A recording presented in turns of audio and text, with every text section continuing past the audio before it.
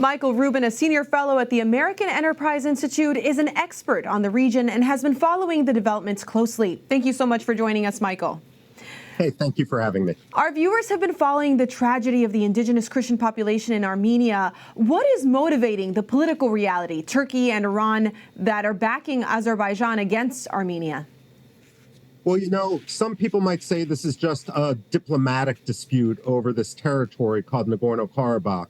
But the reason why so many people believe it's so much more is whenever Azerbaijan has gained possession of territory in which Christians live, they've destroyed churches, they've destroyed millennia-old graveyards. If you look at Azerbaijani school books, they describe the Christian community as a cancer which needs to be excised. This is why so many people in the region first don't trust Azerbaijan when they say, don't worry, we'll protect you, and at the same time believe that this really is the Armenian genocide version 2.0. It's very frightening. Well, let's get into that. What does the arrest of the former head of Nagorno-Karabakh signal for this conflict and the community there? Well, it signals nothing good. Because remember, again, in the original Armenian genocide, in which over a million Armenians were killed back between 1915 and 1921-22, what started that Armenian genocide was the arrest of Armenian political leaders and intellectuals. And so many Armenians see a parallel to what we've seen in recent days with the arrest of the self-governing elected officials in this undeclared, unrecognized country called Artsakh. Remember, none of these officials were accused of any violence, of any terrorism. They were just accused of representing their own publics. And if we look at Freedom House, which ranks countries based on democracy and dictatorship, Azerbaijan is among the worst dictatorships in the world. Artsakh, which has now been conquered, was counted as a democracy. It was a big, big blow to the community there. Half of the population after the ceasefire has left. And Samantha Power, a genocide expert and current head of the USAID, was on the ground but refused to agree with the words of Armenia's prime minister, who has called the blitz on this autonomous zone ethnic cleansing. Do you agree with this assessment? And should other government leaders also be careful about labeling this ethnic cleansing? No, this is ethnic cleansing. The most obvious example of it, Samantha Power, if I can be blunt, is showing herself to be an absolute coward here. The fact of the matter is she is doing everything which she criticized in her book, A Problem from Hell, which was a study of how the Americans had failed against the backdrop, for example, of genocide in Rwanda. So there's absolutely no excuse. The latest figures on the exodus from Artsakh is now close to 90,000 of the 120,000 Christians who are there. And I think it's only a matter of time until others leave.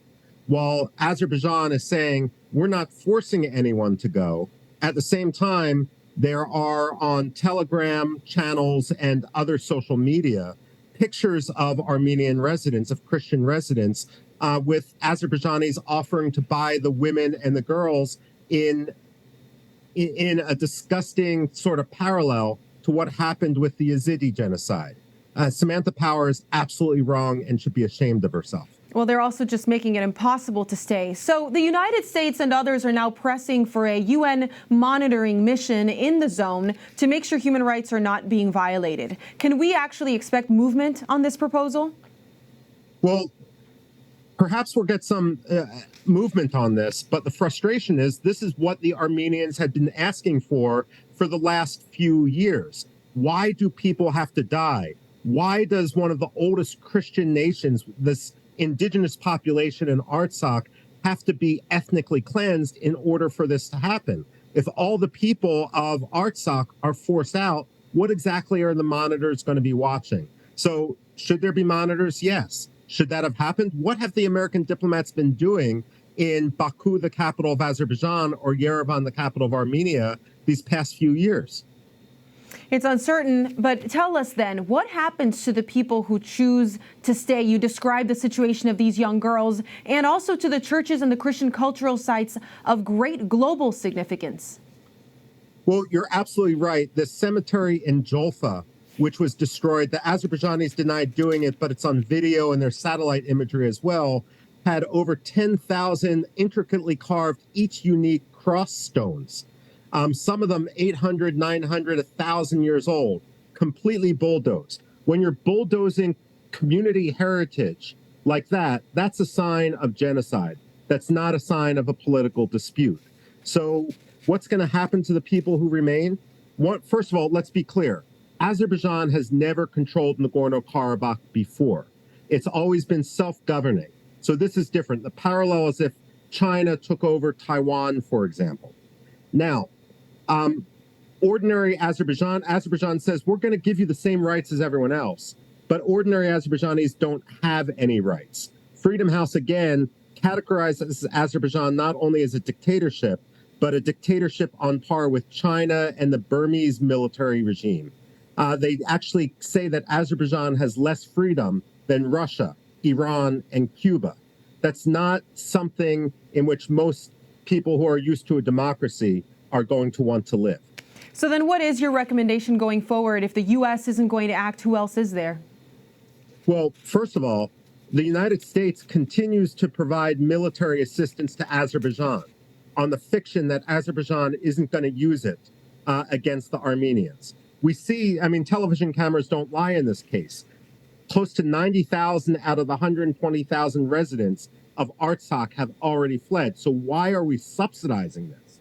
At the same time, U.S. law suggests that there's something called the Humanitarian Assistance Corridors Act, which says that any country, and Azerbaijan is a case in point, that refuses to allow the distribution of U.S.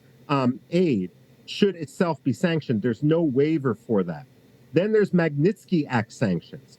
Who are the people who have beheaded the Armenians, who have destroyed the churches? Why aren't we bringing those up on sanctions? Why should they be able to come to Disney World with their families?